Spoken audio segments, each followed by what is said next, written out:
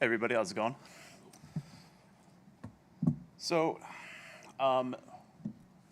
this talk here is really coming out of a lot of frustrations that I've had when working IRs, and especially working IRs when tired, trying to do every which Google search to find different forensic artifacts or find different just pieces on like, hey, where should I explore next? Only to find that the article I'm looking at is from like 2010 or 2013 or something like that. And just kind of discussing a little bit of what I've been doing. So who am I? I pretend to have worked in the SOC. I pretend to do incident response, threat hunting, and then I have an interest in CTI, and one day I'll maybe be good at that too. Also do a lot of self-study.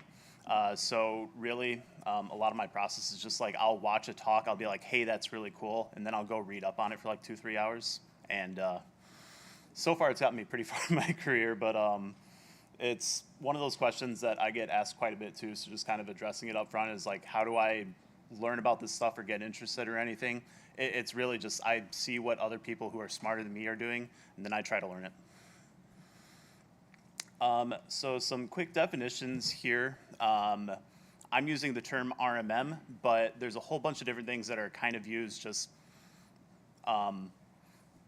as like synonymous terms here. So you have a remote monitoring and management, so something where like you're able to push updates, do heartbeat checks, do the remote access piece as well too, but then just really try to like fully manage it. But then you also have a lovingly known as a RAT, but a remote access tool, so something to just get on the machine. And then you have remote access software, which is the term that MITRE uses when they define out all these different things, which are, as far as I can tell, actually synonymous in there too. RAT is usually more described for something that's going to be more malicious from what I've read online. And then you also have remote desktop software, which also describes almost the exact same thing. So why RMM as part of the title talk? It's because I really want you to understand the importance of the terminology, and totally not because I chose that term and then realized that there was a whole bunch of other better definitions for what I was trying to talk about. So when you're trying to do or take a look at any sort of remote access tool, remote access software or anything, I think Gartner really has it right with this, where it's a process, not an actual application. You're defining it by the process of being able to connect remotely into generally a corporate enterprise environment. And like I was kind of saying a little bit at the beginning as well too, one of the things that is very frustrating, especially as the way that Google has been changing their different search options, been really trying to like make it so that way you're getting more and more results, but it's not doing as verbatim, even if you do quotes sometimes, is you're getting very outdated information. One of the searches that I did here, just trying to like distinguish between the different types of VNC, because I'm still not 100% sure myself, but every single one of them operates in a slightly different way, even though they're all based around VNC, is I was getting this comparison article, it's like, hey, this is really good, this is really cool. And then I started taking a look and it's like, it's dated 2009. So is this information even still accurate?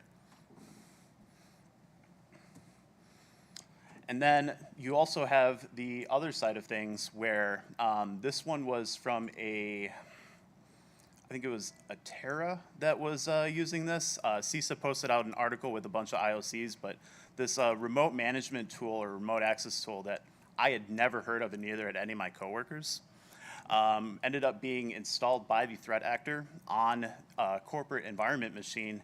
And our first question was, what is this? What are we even looking at here? Started doing Google searches, started like trying to hunt around, except for the company site itself. Up until CISA posted their article, the only thing we could find was really just like the information that the software publishers had even put on their website. So that's what we had to go off of. And then you have the third contingency, if it's not good information, is it looks like it's up to date, but you're not really 100% sure. So in this case here, we're taking a look at AnyDesk artifacts. There's a ton of good information out there on AnyDesk because it's one of the more popularly abused tools, but it also gets a lot more information out there as well too. So this blog article is about 2.5 years old, And if you scroll down a little bit further into the article, one of the things that you're going to be seeing is this is talking about version 6.x artifacts. Up until, I want to say a month or two ago, AnyDesk was on version 7, and their latest one that now is being pushed out is version 8. So the question then is, this seems like it's good. You can go down pretty much like line by line and figure out like, hey, this has a lot of similarities.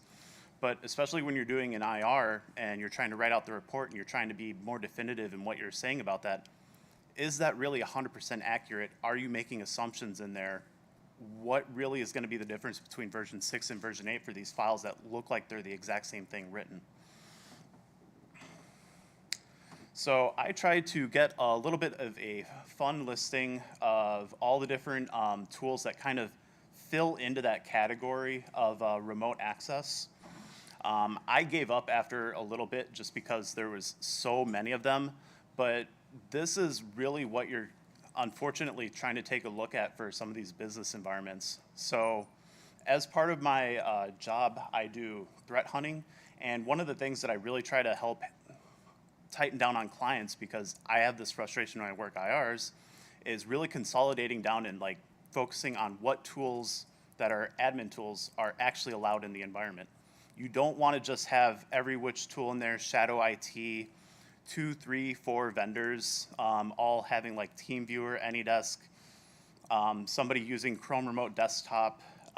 One thing that I was actually guilty of, and I've also seen as well too, was when I got my first job at an MSP, what I would do to listen to music is I would connect TeamViewer to my home desktop and then stream the audio for 8 hours a day while I was working.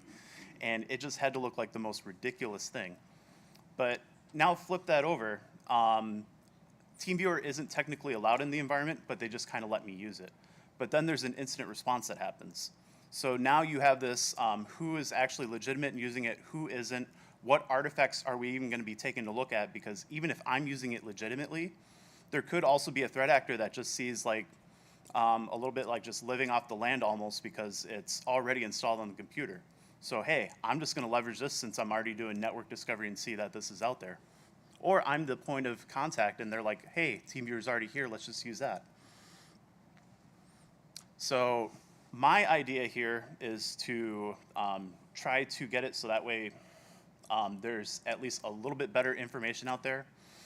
And it's one of these things that I've been having a lot of project creep on, or scope creep on, because as soon as you try to set up a, not necessarily standard like XKCD is talking about here, but as soon as you try to like set up a compendium of information there, all of a sudden, instead of like 7 or 8 resources out there, now you have 9, 10, 11 resources out there, all saying the same thing, or slightly different things.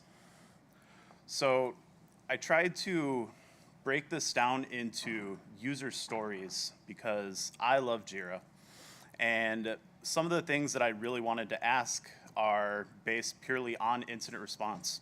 And it's things like, where do I go to see who has connected over to this machine on AnyDesk? Where do I go to see, can I even see the remote connection IP that the threat actor is using, whether they're using just like a VPS hosted somewhere, if it's their home connection, is it just going to be the IP of the TeamViewer pool of IPs there, and that's all I'm gonna get from that? And it's a question that you wanna try to figure out an answer. And then also trying to standardize out what does just regular active look at. One of the great things with being able to view network monitoring is as long as it's going through your network stack, you're going to be able to see it whether or not those security tools are functioning, because every single one of these softwares, in order to be remote managed access and be able to get from the outside in, it has to beacon out somewhere and accept those communications in.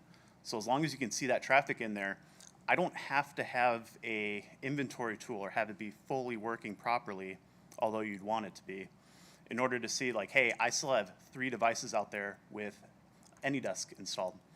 You can see that network traffic, you can see that beaconing because it's a service that's installed on the computer. It has to reach out to accept those connections. So as I continued to work on this, when I had first submitted this CFP, and even like after it was accepted, I was like, okay, I'm getting down to crunch time, just a couple more weeks left, and then I'll continue working on it. And I've been doing that for a few months now. I am very hopefully going to be finished within the next week or two here to be able to upload everything into GitHub. But it's just one of those things where if you're not really paying attention to exactly what you want to accomplish, the scope creep is just going to grow and grow and grow, and you're going to have more and more items. And going right back over to this fun listing here, I'd selected way too many tools in there, so it's a matter of trying to make sure that I'm focusing on the items that we want to look at here. So what are we looking at? We want to start taking a look at the network connectivity. A little bit like I said, if you have that monitoring capabilities in there, you're going to be able to see things even if they aren't necessarily in the environment. One of the IRs that I worked a little bit ago, my coworker had actually found in that tech inline software, or the fixme.it, there's only 2 different primary domains that it was connecting out to. And based off of that, we had seen like, hey, we see all this other beaconing out there. We don't know if it's actually installed out there or not. But at the very least, we can make sure that this software isn't communicating back, and we can do that immediate hasty triage because we're really close to getting ransomware deployed. As we were reviewing over the forensic artifacts and everything, the only thing that we could see that was actually missing from like the traditional steps that the threat actor was taking, the only thing that was missing was them actually just dropping down and deploying the ransomware. We blocked this on a Friday, and I'm very confident that if we hadn't blocked that on the Friday, they would have deployed out ransomware that weekend, and we would have came back Monday to having to work an entire ransomware case versus just making sure that the environment was cleaned up. The really easy way to do a lot of these different things is just Google for the application name and then something like firewall whitelist or firewall allowed list. And almost every single one of these companies, they may be very expansive, but you're going to very quickly find all of the different IPs and ports and everything. And those are the things you want to block if it's not an approved software. We also want to start taking a look at the file activity as we're investigating those different items, and we want to know what we're looking for and where. Because depending on if you're using RDP versus if you're using a proprietary application, these could be written in Event Viewer, these could be written with important artifacts in the registry, these could just be entirely within like the app data or program data logs and everything. And it can get very frustrating to try to find some of these things too as you're under a crunch, because it's, hey, is this the only piece of information that's out there, or is there something else that's going to be more important? So the way that I've been approaching this is I'm trying to do just a very programmatic set of ways to do this. So I boot up a VM. Everything's going to be Windows 11. It's going to be clean install for that. So it's going to be installing the application.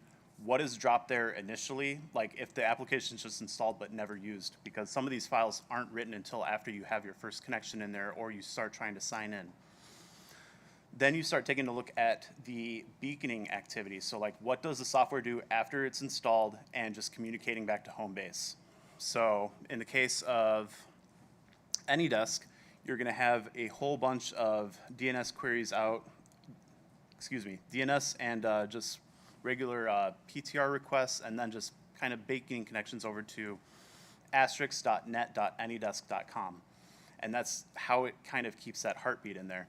And then as soon as you start getting connections, which we'll go over in a little bit too, you're going to start seeing slightly different connections, but you're really going to start seeing some of those endpoint files starting getting written to. So taking a look at some of those here, we have the connection trace.txt. So this is going to show the incoming logs. It only shows up on the target system. So if you have this file in there, that means that somebody's connected over to that machine. One of the questions that you may ask too is like, does that mean a connection's been attempted? This is only from my testing. They've successfully connected over to the machine. And that's a really important distinction, because if you see that file written, even if it's been later deleted, as long as you have that evidence of it, you can more confidently say like somebody at least has touched this machine, via AnyDesk connecting over, and that can be very important in trying to establish a timeline. Add.trace, you can get the connecting IP plus the client ID that was connected over to it. These can be really good because this is actually the IP that they're connecting from and not just like one of the relay servers that's connecting over. And then we also get the same, I believe it's in, yeah, the add service.trace. We also get that information in there too. And it's just doubling and tripling up on that information so that way, hey, we see this connection here, and then we can start searching those log files like, do we see that similar information in other hosts? Like let's say they have 2, 3, 4 machines that we're investigating. Is it from the same IP? Is it from the same connection ID? Is it multiple different connection IDs? And I just included it because I thought it was really interesting, although I've never seen it actually used, but it even has chat records in there. So if you're ever using the messaging function in there to like try to communicate to somebody, that actually saves those records into the app data folder as well. So hopefully that's pretty good and visible there. This is a sample with some replacements on my end, but this is from my computer when I was doing the testing here. You can see the, let's do laser pointer. So we can see using this IP, and then it's starting doing connecting. And then when I'm connecting out, this is the external address, and it's trying to reach out. It's telling you all this information there about like how this connection was successfully established, and now you're connected over to the host. And that can be very invaluable because now you have an IP to start pivoting off of. Now you have a session ID to start pivoting off of.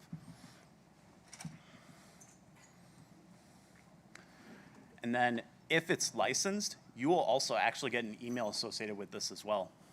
The times that I've seen this when doing investigations, this is almost always just an account that's been taken over and then the threat actor is just using it. But that's something that at the very least, you can either start A, pivoting off of, or B, reach out to, in this case, AnyDesk and be like, hey, we have evidence that this has been fully compromised. Can you please take this down so that way you try to alleviate some of the victim's pain there. And then we also get password hash and salt.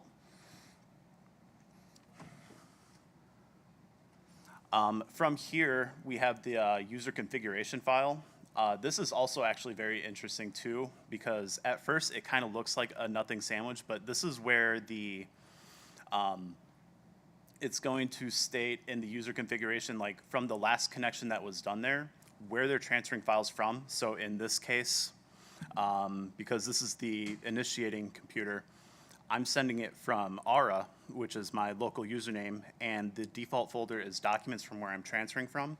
And it's going over onto this remote host, Nord /downloads. So any of those files that I'm transferring over should have some sort of artifacts over in that downloads folder. So that gives us another place to start trying to investigate.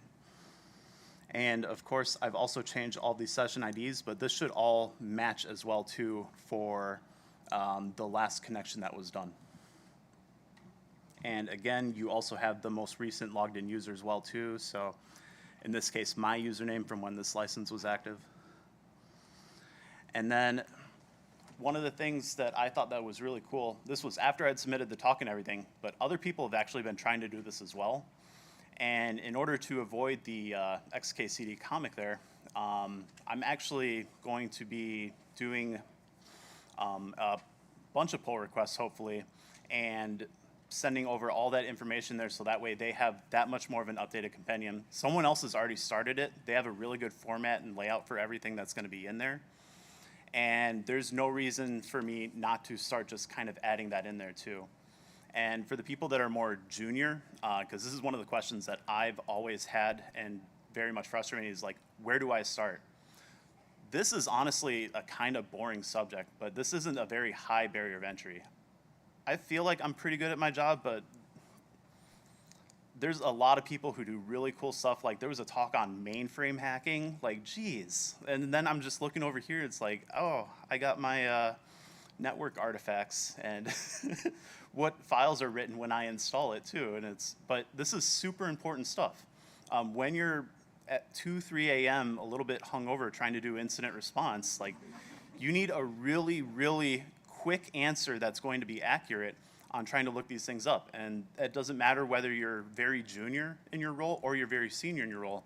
You still need that same information, and you still need that same confidence. Like, how trustworthy is this? Where is it located? What can I quickly derive out of this? Am I wasting my time in the first place trying to look at it? And I've wasted so many hours just trying to answer some of those questions, to where I was digging through TeamViewer logs and the piece of information I wanted, because they'd used TeamViewer on, I think, like 5 or 6 different hosts. It wasn't even there in the first place. Like, I was looking in a rabbit hole that had nothing in it. And if there was a better place of information when I was looking at it, or if I'd found something better, I would have known that and just moved right on to the next forensic piece. Like, that's 2-3 hours wasted, and in that 24-hour window, that's super important.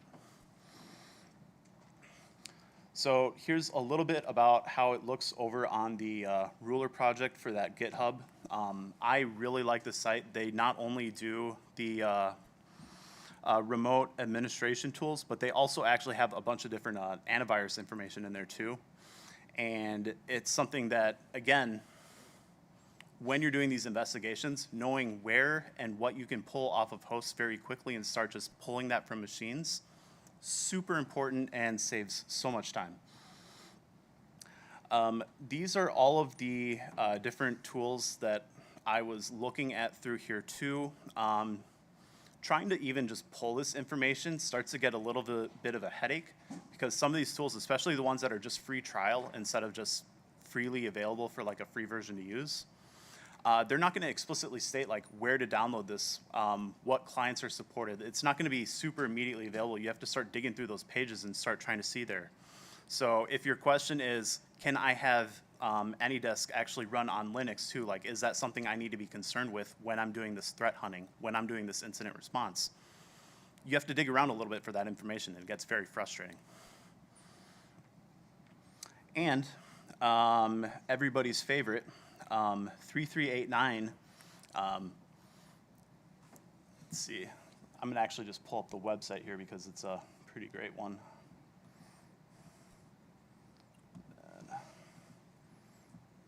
If you ever need a good service provider for any sort of information about different remote desktop protocols, different uses and everything too, you have a remote desktop protocol. The internet shouldn't have walls. That includes your firewall. Make everybody a domain admin. And just like the Earth, your network should be flat.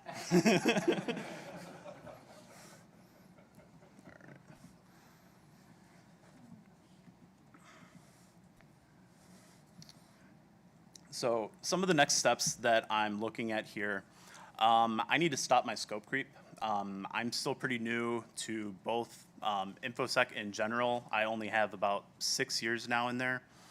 And it's something where I still feel like I'm just drowning every single day in just new information, having to hit up coworkers constantly. I'm being told that's still going to be the case even 20 years down the road. But really just trying to limit down some of these projects here that I want to work on, and just make sure that they're really honed in and focused on what is the end goal that I want to try to achieve, and not trying to expand that out. And that's something that I've been learning very much the hard way over these past couple months.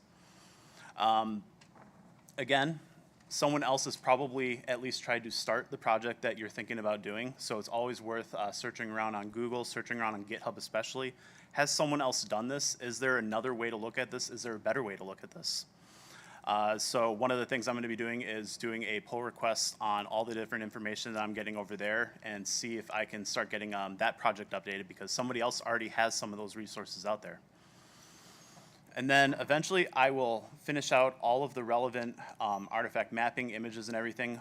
Once that is done, I will have it on my GitHub, and then I will also be posting about that on my Twitter, and then also I'm on the decentralized Mastodon infosec.exchange, who's run by Jerry Bell and is a fantastic person. If you're not already signed up for infosec.exchange, I very much recommend it.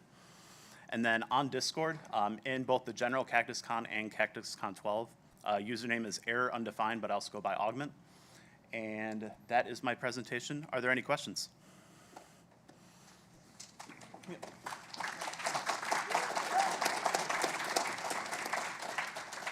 Yeah. Going back to login activity on remote management tools, how does that show up in event logs, like say event ID 46.4? I've seen remote management tools present, but all of the 46.4 events are local. So, Event logs that are useful to look at on remote yeah. management login. So, yeah. So the question is, are there different like Windows event logs that are going to be written in there that would actually be useful? There's a couple different event IDs and everything, but then there's also just general use, like when you have a connection. I'm assuming you're asking, like, is there going to be something that maybe shows up in there too that could help further attribute? I don't have the specifics offhand. I do know that for the remote connections and some of the file transfers, you will sometimes see things in security logs especially. Just for like, hey, this user is technically logging in as a remote user. If it's leveraging something that's already built into Windows, so let's say the RDP services, you can oftentimes see things in there. But for things like AnyDesk, outside of the application going haywire or the initial install when you have the is it 7015 for like the service install, you're not really going to see too much in there depending on what it is, which again, that's why you have to rely on like going into that app data folder, what can you pull from where, which log files are going to be in, is sometimes in the registry or not, and it's a crapshoot trying to find out what's where. So thank you. And then I think there was somebody over there also adding in something. No? Okay. I'm going to fall over on the podium here, check the Discord quick. All right. Any other questions? All right. Thank you so much, everybody. My name is Kyle, and have a good one.